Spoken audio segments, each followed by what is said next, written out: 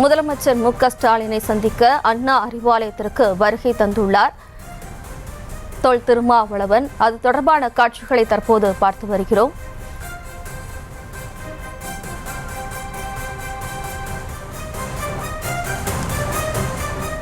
திருமாவளவன் பகிர்ந்த வீடியோவானது விமர்சனத்திற்கு உள்ளாகியிருந்த நிலையில் தற்போது திமுகவின் தலைவர் முதலமைச்சர் மு.க.ஸ்டாலின் மற்றும் விசிகவின் தலைவர் தொல் திருமாவளவனின் சந்திப்பானது தற்போது நடைபெறவுள்ளது.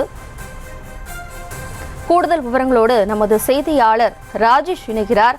வணக்கம் ராஜேஷ். தற்போது முதலமைச்சர் மு.க.ஸ்டாலினை சந்திப்பதற்காக விசிக தலைவர் தொல் திருமாவளவன் அறிவாலயத்திற்கு வருகை தந்துள்ளார். இதில் என்னென்ன விஷயங்கள் பேசப்பட இருக்கிறது? வீடியோ பற்றின பதிவும் பேசப்படவிருக்கிறதா? கூடுதல் விவரம். வணக்கம். விடுதலை சிறுத்தைகள் கட்சியினுடைய தலைவர் திருமாவளவன் தற்போது அண்ணா அறிவாலயம் வந்திருக்கின்றார். ஏற்கனவே திமுக தலைவரும் தமிழக முதலமைச்சருமான மு.க.ஸ்டாலின் அவர்கள் அறிவாலயத்தில் இருக்கக்கூடிய நிலையில் அவரை சந்திப்பதற்காக நேரம் கேட்கப்பட்டு அந்த அடிப்படையிலே தற்போது அவர் வந்திருக்கின்றார்.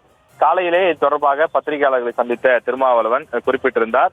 மாநாடு தொடர்பாக அழைப்பு விடுப்பதற்காக நான் அவரை நேரில் சந்திக்கிறேன் என்ற ஒரு விளக்கத்தை இன்று காலையிலே அவர் கொடுத்திருந்தார். அதாவது இந்த அக்டோபர் 2ஆம் தேதி அவர் மது ஒழிப்பு மாநாடு நடத்த இருக்கின்றார். எனவே அந்த மது ஒழிப்பு மாநாட்டிற்கு பல்வேறு கட்சிகளை சார்ந்தவர்களையும் அழைக்கக்கூடிய நிலையில் திமுக தலைவர் என்ற அடிப்படையிலேயும் அதே போல தமிழக முதலமைச்சர் என்ற அடிப்படையிலும் முதல்வர் மு.க.ஸ்டாலின் அவர்களை அழைப்பதாக அவர் குறிப்பிட்டிருக்கின்றார். ஏற்கனவே பத்திரிகையாளர் சந்திப்பிலே கேட்டபோது திமுக அதிமுக இரண்டு கட்சிகளையுமே அழைப்பும் எதிர்வரிசையிலே இருந்தாலும் கூட இந்த கொள்கை என்பது அனைவராலும் ஏற்றுக்கொள்ளத்தக்க கூடிய ஒரு கொள்கை. தமிழ்நாட்டு மக்கள் பெண்கள் விரும்பக்கூடிய ஒரு கொள்கை. தமிழ்நாட்டில் மது என்பது இருக்கக்கூடாது. தமிழ்நாட்டில் மதுக்கடைகள் படிப்படியாக மூடப்பட வேண்டும் என்று தொடர்ந்து திருமாவளவன் சமீப நாட்களாக பேசி வருகின்றார். எனவே அந்த அடிப்படையில் அது தொடர்பான மாநாடும் நடத்த இருக்கக்கூடிய காரணத்தால் பல்வேறு அமைப்புகளையும் பல்வேறு கட்சிகளையும் அழைக்க அவர் திட்டமிட்டிருக்கிறார்.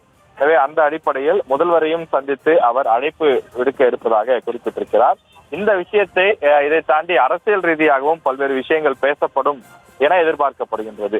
கடந்த 2-3 தினங்களாக திருமாவளவன் பேசி வருகின்றார். ஆட்சியிலும் பங்கு வேண்டும், அதாவது வெறும் எம்எல்ஏ சீட்டுக்கள் என்ற அடிப்படையில் மட்டும் இல்லாமல் ஆட்சி அதிகாரத்திலும் எங்களுக்கு பங்கு வேண்டும், கேபினெட் அமைச்சரவையில் எங்களுடைய சட்டமன்ற உறுப்பினர்கள் பங்கேற்க வேண்டும், அதற்கான அச்சாரமிடக்கூடிய வகையிலே அவருடைய அந்த பேச்சுக்கள் என்பது 2-3 தினங்களாக நடைபெற்று வருகின்றது.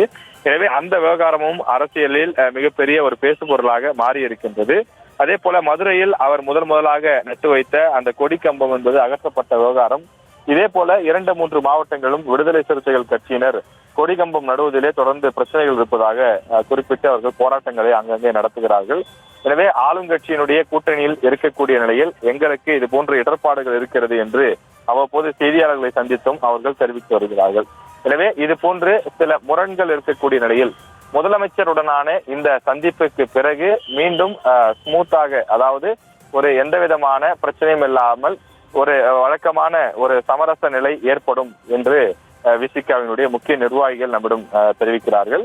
எனவே இந்த சந்திப்பில் அரசியல் ரீதியாகவும் மாநாடு தொடர்பாகவும் விரிவாக பேசப்படும் என்று எதிர்பார்க்கப்படுகிறது. முதலமைச்சருடனான இந்த சந்திப்பிற்கு பிறகு திமுக விசிக கூட்டணியில் லேசாக விரிசல் இருப்பது போல ஒரு தோற்றம் இருக்கக்கூடிய நிலையில் அந்த கருத்துக்களுக்கெல்லாம் முற்றுப்புள்ளி வைக்கப்படும் எனவும் விடுதலை சிறுத்தைகள் கட்சியின் முக்கிய நிர்வாகிகள் நம்மிடம் தெரிவிக்கிறார்கள்.